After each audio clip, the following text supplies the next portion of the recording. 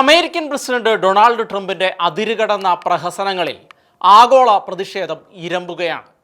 ആഗോള കത്തോലിക്കാ സഭയുടെ തലവനായ ലയോ 14 പാപ്പയുടെ നിലപാടുകളെ വിമർശിക്കുക മാത്രമല്ല, പേപ്പൽ തിരഞ്ഞെടുപ്പിന് പിന്നിൽ പോലും താൻ അമേരിക്കൻ പ്രസിഡന്റ് ആയതിൻ്റെ സ്വാധീനമാണ് ഉള്ളത് എന്നുമുള്ള തെറ്റായ പരാമർശങ്ങൾ നടത്തിയ ട്രംപ് പാപ്പയെ വിമർശിച്ചതിന് പിന്നാലെ യേശുക്രിസ്തുവിന്റെ വേഷത്തിൽ സ്വന്തം AI ചിത്രീകരണവുമായി ട്രൂത്ത് സോഷ്യലിൽ നടത്തിയ ജൽപ്പനങ്ങളിൽ കത്തോലിക്കർ മാത്രമല്ല ആഗോള ജനത മുഴുവൻ പ്രതിഷേധം ഉയർത്തുകയാണ്. അമേരിക്കൻ പ്രസിഡന്റ് എന്ന ജനം നൽകിയ അധികാരം എന്തും പറയാനും പ്രവർത്തിക്കാനുമുള്ള ലൈസൻസ് ആയി കരുതി വമ്പു പറച്ചിലുകൾ നടത്തുന്നത് അടുത്തിടെ ട്രംപിന്റെ പ്രവണതയായി മാറിയിരിക്കുകയാണ്. പരിശുദ്ധ ബൈബിൾ പറയുന്നു, രാജാക്കന്മാർ ഭരിക്കുന്നതും അധികാരികൾ നീതി നടത്തുന്നതും ഞാൻ മുഖേനയാണ് എന്ന്.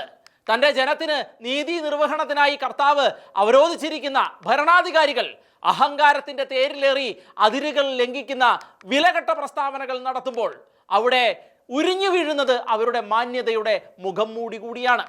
വെനസ്വേലയ്ക്കും ഇറാനുമെതിരെയുള്ള അമേരിക്കയുടെ ആക്രമണങ്ങളെ അപലപിച്ചതിൻ്റെ പേരിൽ ആയിരുന്നു പാപ്പയ്ക്കെതിരെ ട്രംപിൻ്റെ വിവാദ പരാമർശങ്ങൾ ഉണ്ടായത്. രാഷ്ട്രീയക്കാരനാകാനല്ല, മറിച്ച് ഒരു പാപ്പയാകാൻ ശ്രദ്ധ കേന്ദ്രീകരിക്കുക എന്ന് ട്രംപ് തൻ്റെ സോഷ്യൽ മീഡിയ പ്ലാറ്റ്ഫോമായ ട്രൂത്ത് സോഷ്യലിൽ കുറിക്കുകയുണ്ടായി.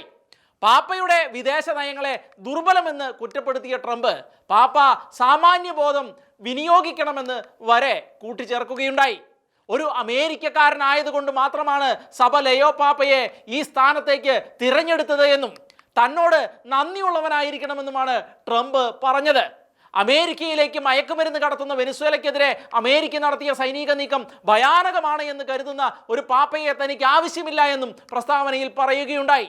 ഇറാന് ആണവായുധം ഉണ്ടാകുന്നതിനെയും തീവ്ര ഇടതുപക്ഷത്തെയും പാപ്പ പിന്തുണയ്ക്കുന്നുവെന്നും ട്രംപ് ആരോപിക്കുന്നു. ലോകസമാധാനത്തിനായുള്ള പാപ്പയുടെ ആഹ്വാനങ്ങളെ അപമര്യാദയോടെ വിമർശിച്ച ട്രംപിനെതിരെ കടുത്ത പ്രതിഷേധമാണ് ഇപ്പോൾ ഉയർന്നുകൊണ്ടിരിക്കുന്നത്. ഇതിനു പിന്നാലെ യേശുക്രിസ്തുവിന്റെ വേഷത്തിൽ സ്വയം ചിത്രീകരിച്ചുകൊണ്ടുള്ള ഒരു AI പോസ്റ്റും ട്രംപ് പോസ്റ്റ് ചെയ്തിരിക്കുകയാണ്.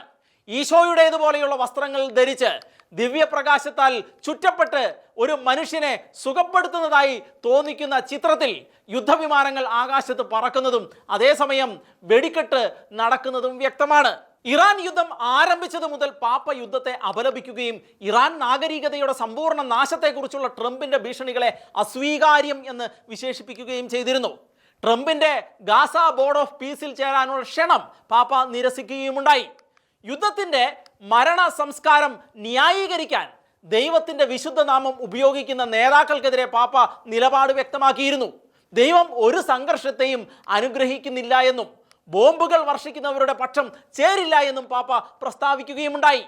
യുദ്ധം ചെയ്യുന്നവരുടെ പ്രാർത്ഥനകൾ ദൈവം നിരസിക്കുന്നുവെന്നും അവരുടെ കൈകൾ രക്തത്തിൽ നിറഞ്ഞിരിക്കുന്നു എന്നും പരാമർശിച്ച പാപ്പ സംവാദത്തിൻ്റെയും മധ്യസ്ഥതയുടെയും മേശയിലേക്ക് വരാൻ നേതാക്കളെ ക്ഷണിക്കുകയുമുണ്ടായി.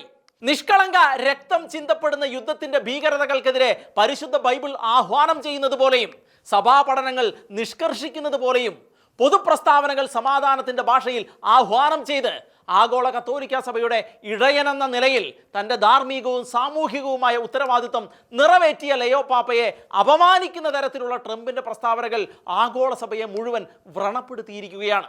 പാപ്പ രാഷ്ട്രീയ തലങ്ങളിൽ ഇടപെടേണ്ട ആവശ്യമില്ല എന്ന് പറയുന്നവരെ ഒന്ന് ഓർമ്മിപ്പിക്കട്ടെ.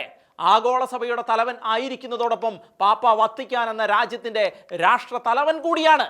അതായത് ഏതൊരു ലോക നേതാവിനെയും പോലെ ആഗോള സംബന്ധമായ വിഷയങ്ങളിൽ നിലപാടറിയിക്കാൻ അവകാശവും ഉത്തരവാദിത്വവും അദ്ദേഹത്തിനുണ്ട്. മാത്രമല്ല, ആഗോള സഭയുടെ തലവൻ എന്ന നിലയിൽ അന്താരാഷ്ട്ര സമൂഹങ്ങളെ ബാധിക്കുന്ന യുദ്ധം പോലെയുള്ള വിഷയങ്ങളിൽ സഭാമക്കൾ സ്വീകരിക്കേണ്ട പക്ഷം എന്താണ് എന്ന് വ്യക്തമാക്കുകയും ധാർമ്മിക നിലപാടുകൾ സ്വീകരിക്കുകയും പ്രാർത്ഥനാ ആഹ്വാനങ്ങൾ നടത്തുകയും ചെയ്യുക എന്നത് പേപ്പൽ കടമയുടെ ഭാഗം കൂടിയാണ്. സഭാതലവനെ അവഹേളിച്ചത് കൂടാതെ സഭയുടെ ശിരസ്സായ സാക്ഷാൽ ക്രിസ്തുവിൻ്റെ വേഷത്തിൽ സ്വയം അവരോധിച്ചുകൊണ്ടുള്ള ട്രംപിൻ്റെ വിടുവായ്ത്തരങ്ങളെ ഒരു വിധത്തിലും അംഗീകരിക്കാൻ ആവാത്തതാണ്.